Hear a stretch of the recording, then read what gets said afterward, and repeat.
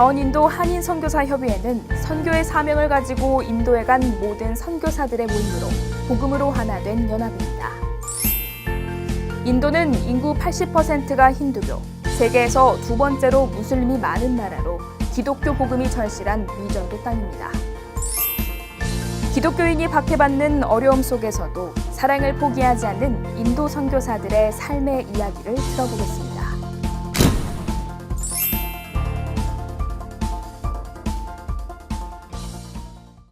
실제로 무슬림을 지금 선교하고 계시는데요.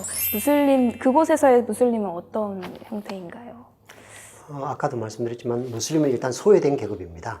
이제 힌두는 아니기 때문에 어떻게 보면 불가촉 천민도 아닌데 힌두들은 무슬림을 생각할 때 아웃카스트, 카스트 밖에 있는 사람들이라고 일반적으로 이야기합니다. 네.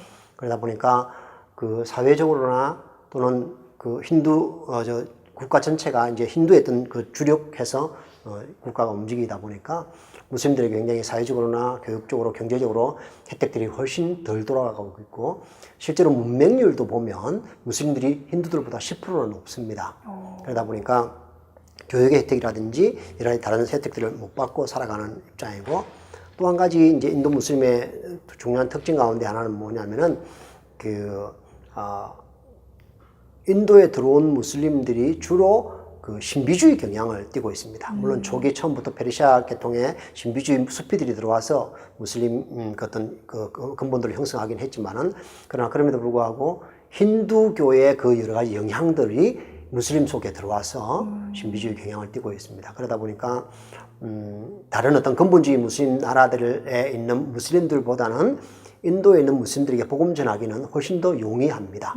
열매도 많이 있고. 예. 그래서 또 힌두와 무슬림 사이에 아주 심각한 갈등 때문에 이제 힌두는 무슬림들을 정말 싫어하고 무슬림들은 힌두를 정말 싫어하다 보니까 이 심각한 갈등 때문에 오히려 무슬림들은 힌두들은 싫어하지만 기독교인들은 그렇게 싫어하지 않는 아주 특이한 현상이 나타난 것이 인도의 무슬림인데 네. 또 동일한 유일신교의 어떤 개념들도 가지고 있고 또 꾸란에도 여러 가지 예수님에 대한 이야기도 나오고 있고 하다 보니까 그래서 기독교가 인도 무슬림에게 접근하는 것은 힌두들보다 쉽다고 말할 수는 없지만 그러나 다른 어떤 근본적인 무슬림들의 나라들에 있는 무슬림들에게 보다는 훨씬 더 쉽게 용이하게 접근할 수 있는 그런 모습입니다. 그래서 열매도 훨씬 다른 나라보다 훨씬 많이 나타나고 있는 입장이고요. 현재 굉장히 많은 탄압과 배척을 받고 계시기 때문에 어려운 점도 많으실 것 같은데요. 어떤 것들을 좀 겪고 계시는지 또 어떻게 극복을 하시는지도 궁금합니다. 저희 같은 경우는 힌두 쪽에서 저희도 교회를 개척해서 하고 있는데 힌두 지역 내에 네. 개척된 교회들에 저희 이제 주로 주중에는 아이들 오전에 학교 못 가는 아이들이 주로 나오고 오후에는 학교 갔다 오는 아이들이 이제 나와서 하루 종일 이제 저희가 아이들을 가르치고 또 예배 드리고 여러 가지 일들을 하고 있는데 주일날 예배를 드리고 하는데 네. 그 힌두 지역 내에 있는 교회에 한번 그런 일이 있었습니다. 지역 전체 내에서 그 지역 전체 힌두 커뮤니티들이 모여가지고 우리 지역 내에 이런 기독교 NGO 단체들이 있다. 기독교 단체들이 있다. 그래서 그 기독교 단체에 아이들을 보내지 말자.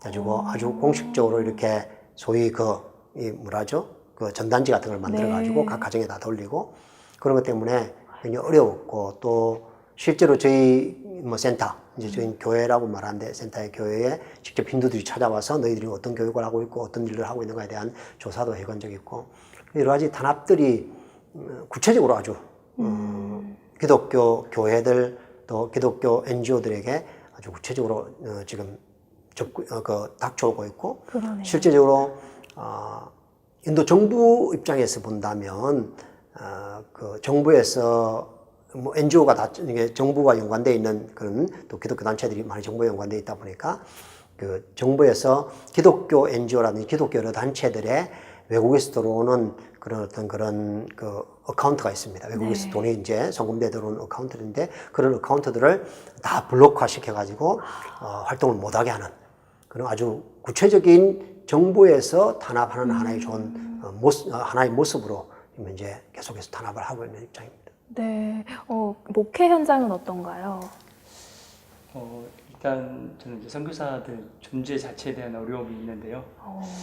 물론 이제 1980년대 선교사 비자 자체를 이제 거부하고 선교사들의 존재 자체를 이제 계속 추방하고 이제 거부해 네. 왔지만 그래도 그 전까지는 선교사님들이 이제 비즈니스를 하더라도 회사를 오픈하고 뭐 매출이라든지 구체적인 실적에 상관없이 이제 사역에만 전념해도 크게 어떤 부분에 이제 많이 어려움이 없었던 시기가 있었는데 이제 근래 이제 나름대로 그 힌두 정권이 들어오면서 이제 사실 선교사들을 타겟으로 하는 건 아니지만 그래도 이제 비자를 원칙에 맞게 굉장히 강화하면서 최소한 이제 비즈니스 사업을 하려면 1년에 이제 한 1억 7천만 원 정도의 매출액이 있어야만 비자를 연장해 줄 수 있고 사실 뭐 전문적인 이런 사업가가 아닌 선교사님들한테는 굉장히 어려운 그렇죠. 시기고 또 30세 이상 또 학업을 할 경우에는 또 이제 인터뷰를 통해서 어떤 목적으로 왜 하는지에 대한 굉장히 집요한 인터뷰가 있습니다.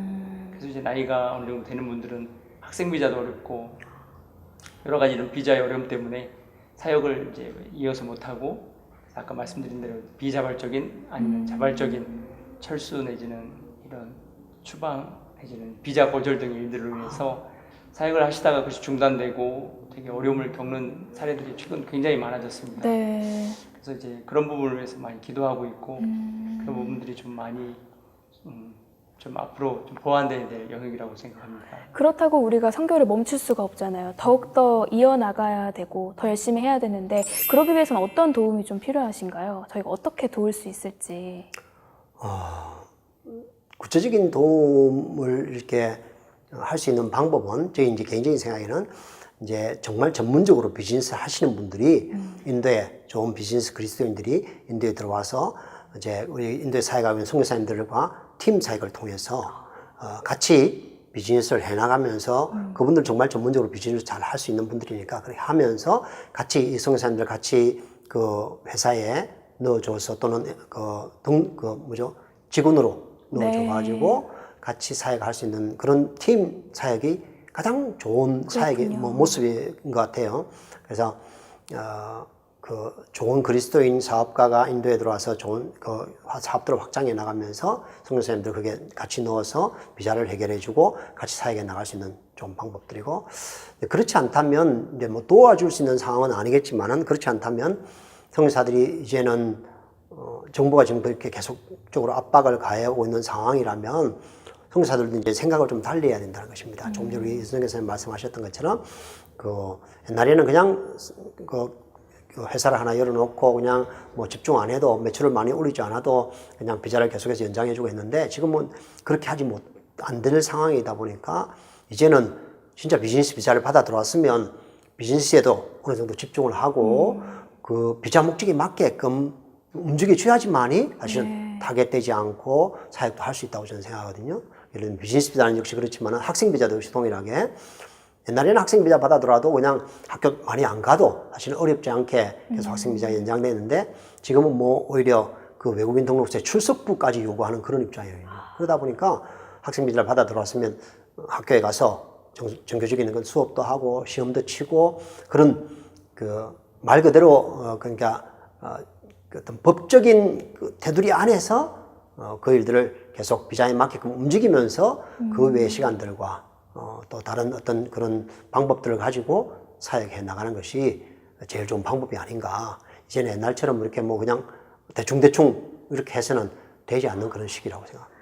색출해서 추방하는 것 이외에도 아예 제도를 있을 수 없게끔 만들어서 출국을 하게끔 만드는 거군요. 그렇죠. 예.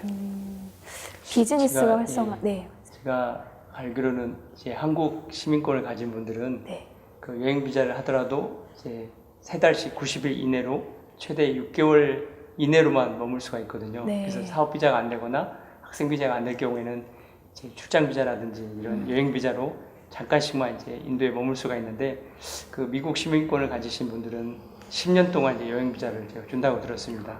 그래서 사실 어려운 시기에 인도에 이제 사실 어떻게 보면 자유롭게 좀 더 이제 들으실 수가 있고 일단 영어가 이제 인도에서는 그래도 어느 정도 굉장히 매력적인 이제 툴이 되는데 그렇죠.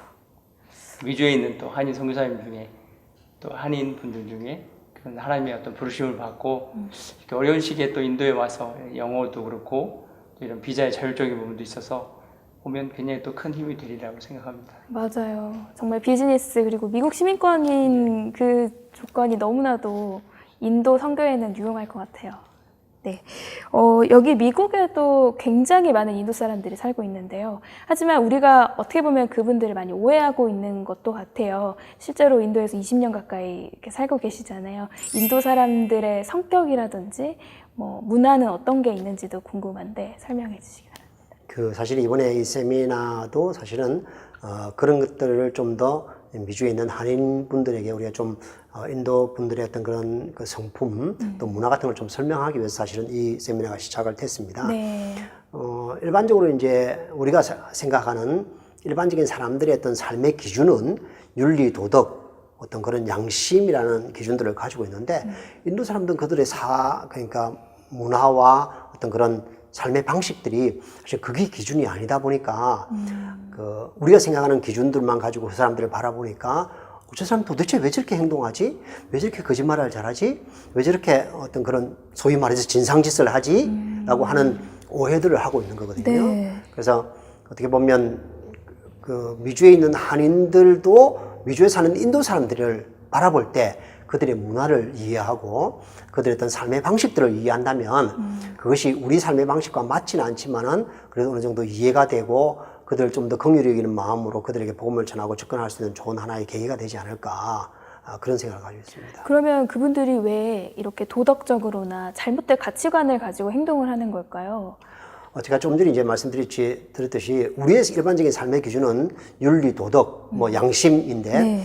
그들은 그 삶의 가치관의 기준이 뭐냐면 윤리, 도덕, 그 양심이 아니라 그들이 태어난 이유가 있다는 겁니다. 업이라고 합니다. 그걸 힌두교에서 말하는 업이라고 하는데 이 업 때문에 내가 태어난 것이지 그 업을 이루면 내가 윤리, 도덕, 양심 별 문제 없이 그냥 괜찮다라고 생각을 하는 겁니다.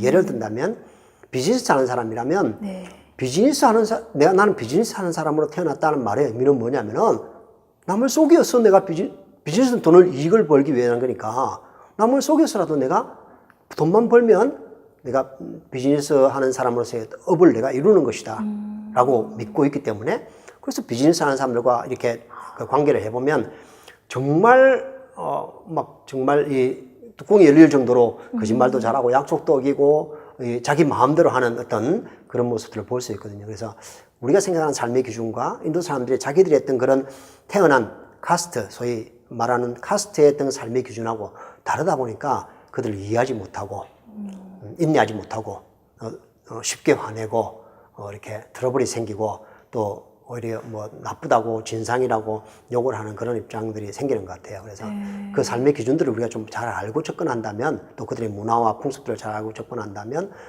충분히 그들을 좀 더 이해할 수 있고 좀 더 그들이 이해된다면 또 우리가 복음으로도 접근할 수 있는 좋은 방법이 되지 않을까 그런 생각이 듭니다. 이렇게 힌두교를 많이 가지고 있고 또 무슬림은 또 소수의 그런 종교를 가지고 있는데요. 그분들한테 우리가 전도를 하기 위해서 복음을 전하기 위해서는 어떻게 다가가면 좋을까요? 인도도 아무래도 이제 아시아 문화권에 속해 있고 그리고 가족 중심의 공동체적인 사고방식이라든지 생활 양식이 굉장히 강합니다. 그래서 이제 친구로 사귀기를 원하고 또 어느 정도 관계가 되면 이제 초대하기를 이제 꺼려하지 않고 굉장히 같이 그렇군요. 밥 먹고 같이 이제 공동체적인 그런 나눔들에 대해서 굉장히 열려 있습니다. 그래서 이제 저희가 이제 한국에서 뭐 복음 이렇게 노방전도라든지 성급하게 예수 믿고 빨리 구원받고 교회 나오는 것이 어떤 그 성급하게 진행되는 이런 과정이 아니라 친구로서 이제 정말 귀하게 생각하고 또 같이 삶을 나누고 그 가족 공동체 안에서 방문하고 이런 삶을 오픈해서 이렇게 하다 보면 또 의외로 그 인도 안에 그 지내고 있는 많은 인도 사람들이 굉장히 또 순수하게 또 우리에게 마음을 열고 다가오려고 하고 또 친구로 생각하는 인도인들이 굉장히 많다는 것을 그래서 우리 도움을 굉장히 많이 받았습니다. 그래서 일부 또 그런 조금 이해가 안 되는 인도인들도 있지만 굉장히 마음 깊은 곳에서 또 따뜻하게 또 이런 아시아로서 굉장히 또 공통적인 어떤 가족 문화 이런 공통적인 부분이 굉장히 많다는 것을 또 많이 느껴서 전 관계를 통해서 롱런 롱텀을 네. 생각하면서 이렇게 쭉 이렇게 인내하는 시간들 이런 과정들이 좀 필요하지 않나 생각합니다. 한 통계에 보면은 2,500만 인구의 캄보디아에는 1,300여 명, 1,500여 명의 선교사가 있고요. 13억 인구의 인도에는 1,000여 명의 선교사밖에 없다. 근데 그 선교사들이 올해만 해도 150명 이상이 추방을 당했다라는 그런 기사를 봤는데 너무나도 안타까워요. 그렇게 우리가 가야 할 곳이 너무나도 많은데 우리의 손길을 기다리는 곳이 많은데 한없이 손길이 부족하다는 거. 그러기 위해서 우리가 인도를 위해서 기도를 할 수 있을 것 같은데요. 어떤 기도 제목들이 있는지 선교사님들 나눠주세요. 인도 이제 좀 큰 전체적인 어떤 기도 제목들을 이제 본다면 가장 중요한 것은 현재 지금 정권이 계속해서 기독교인들과 선교사뿐만 아니라 기독교인들 심지어는 무슬림들까지도 핍박하고 이렇게 압력을 가하고 있는 입장이거든요. 그래서 특별히 하나님께서 이 정권에 정말 긍휼히 여기셔서 정권을 긍휼히 여기셔서 정권의 어떤 그런 마음들을 바꾸고 또 가능만 하다면 사실은 정권이 좀 바뀌어서 좀 세속적인 정권이 들어서서 인도 전체가 기독교적인 분위기들이 좀 더 활성화될 수 있는 계기가 되었으면 하나님 뜻이 그곳에 있으면 그렇게 됐으면 제일 좋겠다는 그런 마음이 있고요. 또 두 번째는 현재 인도 선교사님들이 계속해서 지금 추방되고 있는 입장입니다. 네. 예를 들면 내년이 이제 총선인데 만약에 내년 총선에 다시 이 정권이 집권을 한다면 그들이 공언하고 있는 것처럼 2021년까지 아마 한국 선교사의 입장에서 보면 아무도 남지 못하지 않을까라는 정도의 위기감이 있습니다. 네. 그래서 특별히 이제 또 그 인도에서 이렇게 선교를 하다가 10년, 20년 사회 가다가 쫓겨나서 한국에 나와 있는 분들도 굉장히 많이 있고 또 다른 나라로 가는 분들이 많이 있는데 그분들이 너무 힘들고 어려운 그런 과정과 시기들을 거치고 있습니다. 그래서 그분들에게 하나님께서 또 특별히 그들의 마음을 위로하시고 또 어떤 그런 그 선교지에서 추방돼서 나온다는 말의 의미는 얼마나 정도 스트레스가 있냐면은 배우자가 죽은 정도의 스트레스라고 합니다. 그 정도의 아주 심각한 스트레스인데 그런 스트레스를 잘 극복하고 또 하나님께서 잘 인도하시는 그런 또 다른 나라라든지 또 더 좋은 어떤 그런 길들을 열어주시기 위해서 좀 기도해 주시면 좋겠고요. 네. 제가 이제 무슬림 사역을 하다 보니까 또 이제 이런 기도 제목들이 나올 수 있는데 인도 무슬림들이 사실은 거의 소외되어 있는 선교학계에서도 소외되어 있는 입장입니다. 무슬림 사역을 위해서 선교하는 사람들이 많지 않고 그래서 더 많은 인도 무슬림들을 위해서 전 세계 두 번째로 많은 인구를 가진 인도 무슬림들을 위해서 더 많은 선교사들이 나와서 그들에게 복음을 전하는 그런 좀 좋은 계기가 될 수 있고 그런 선교사들이 더 많이 나올 수 있도록 위해서 기도해 주시면 좋겠고 또 한 가지는 이제 지금 현재 인도 전체 내에 선교사뿐만 아니라 기독교인들도 굉장히 많은 핍박을 받고 있습니다. 그래서 교회를 다닌다는 것만으로도. 교회를 다닌다는 이유 때문에 여러분 저희 같은 경우는 저희 시골에 개척했던 교회 한 교회에서 한 마을 속에 한 가정이 예수를 믿는데 그 가정이 이제 사부자입니다. 내부자 그러니까 아버지와 아들 셋이 있는데 아들 셋 다 결혼했던 이제 그 가정인데 그 마을에 재작년에 살인 사건이 하나 났는데 이 마을 그 가정이 전혀 연관이 없는데도 불구하고 온 마을 사람들이 단지 예수 믿는다는 그 한 가지 때문에 이 가정을 지목해가지고 문명을 세워가지고 지금 감옥에 들어가서 1년 반 이상 된 그런 상황이거든요. 그러다 보니까 기독교인이기 때문에 기독교인이라는 그것 때문에 정말 어려움과 핍박을 당하는 그리스도인들이 많이 있습니다. 그래서 그 인도 내에 있는 기독교인들이 그런 핍박들을 잘 극복하고 또 이 핍박을 통해서 좀 더 정말 연단된 아름다운 정금같이 나오는 그런 신앙으로 이 핍박들을 잘 견딜 수 있도록 위해서 좀 기도해 주시면 좋겠습니다. 네, 정말 인도를 위해서 기도할 것들이 너무 많네요. 네. 그럼 이제 마지막으로 개인적으로 우리 선교사님들의 사역을 위해서 개인 기도 제목도 나눠주시면 함께 중보하겠습니다. 먼저. 제 개인적인 기도 제목이자 또 인도의 일부 또 기도 제목이 포함될 텐데 네. 이제 저희들이 아무래도 이렇게 중산층이라든지 이렇게 부유한 계층을 상대로 이제 사역을 하는 것이 아니고 아무래도 이제 필요가 있는 대상을 사역하다 보니까 이제 여러 가지 혜택을 주고 도움을 주고 이렇게 하는 선한 마음으로 시작을 하지만 좀 이제 어려운 부분이 그 자립할 수 있는 스스로 이제 재정적인 부분들을 이제 스스로가 서포트하고 자기 힘으로 그걸 돕고 자기 자립하고 이렇게 할 수 있는 부분들이 굉장히 좀 약한 모습을 많이 느끼고 있습니다. 그래서 굉장히 의존적이고 실제로 제가 아는 어떤 분은 이제 철수하고 나니까 이제 여러 가지 이제 NGO 사역이라든지 후원으로 진행되다가 그분이 철수하고 나니까 모든 사역들이 다 스톱되는 것을 봤습니다. 이제 그런 부분들이 사실 저희가 이제 바라는 것도 아니고 또 주님이 정말 원하는 열매는 아니라고 저는 생각하거든요. 그래서 저희의 사역이 어떤 의존적인 크리스찬들을 만들어내는 것이 아니라 정말 어떻게 보면 이렇게 추방당하고 선교사님들이 어려움을 당하는 것들도 있을 수 있지만 네. 또 현지 그 인도 기독교 지도자들이라든지 현지 우리 인도 기독교인들이 정말 하나님만을 의지하고 그 복음을 받아들여서 또 공급하시는 하나님을 의지해서 자립되고 또 자치하고 스스로 자전할 수 있는 교회와 공동체로 세워나갈 수 있도록 저희가 역할을 하고 또 돕는 것이 저희 개인적인 기도 제목이자 또 인도 전체적으로 또 일부 부분에서는 꼭 필요한 기도 제목이라고 생각합니다. 네. 우리 김바울 선교사님께서는요? 저희는 이제 저희 사역 속에 일어나는 여러 가지 좀 몇 가지 개인적인 기도 제목들을 말씀드리고 싶은데요. 저희 이제 매년 저희들은 가능하면 이제 새롭게 가정교회들을 하나 이상씩 계속해서 개척해 나가고 있고 또 지금 하려고 노력하고 있습니다. 그래서 올해도 저희가 4월 달에 또 다른 한 지역에 새롭게 교회를 개척해서 이제 지금 어느 정도 성장을 하고 있는데 매년 한 개 이상의 교회들이 계속 개척되고 또 개척된 교회들을 통해서 복음이 들어가지 않는 곳에 복음이 전파될 수 있고 해서 좀 기대해 주시면 좋겠고요. 둘째는 저희들은 무슬림 속에 사역하다 보니까 무슬림 속에 있는 어린이와 젊은 청소년들이 예수 믿고 나오는데 굉장히 어려움들을 당하고 있습니다. 가정에서 뭐 죽임의 위협도 당한 적도 있고 또는 학교들 안 보내는, 그러니까 단지 교회 나가고 센터에 나간다는 그 이유 때문에 학교도 안 보내고 밖에 아예 못 나가게 하는 경우도 있고 그런 어려움들인데 그럼에도 불구하고 이 아이들이, 청소년들이 믿음으로 끝까지 이것들을 극복하고 믿음을 지켜나가는 사람이 참 많이 있거든요. 네. 그래서 이 아이들, 청소년들이 그런 무슬림과 힌두 가정에서, 힌두는 그래도 좀 덜한 편입니다. 무슬림 가정에서 이제 나와서 신앙생활을 하면서 가정에서 또 가족들을 통해서 다가오는 여러 가지 어려움들, 핍박들을 잘 견디고 이겨나갈 수 있기 위해서 좀 기도해 주시면 좋겠고요. 또 한 가지는 이제 저희가 지금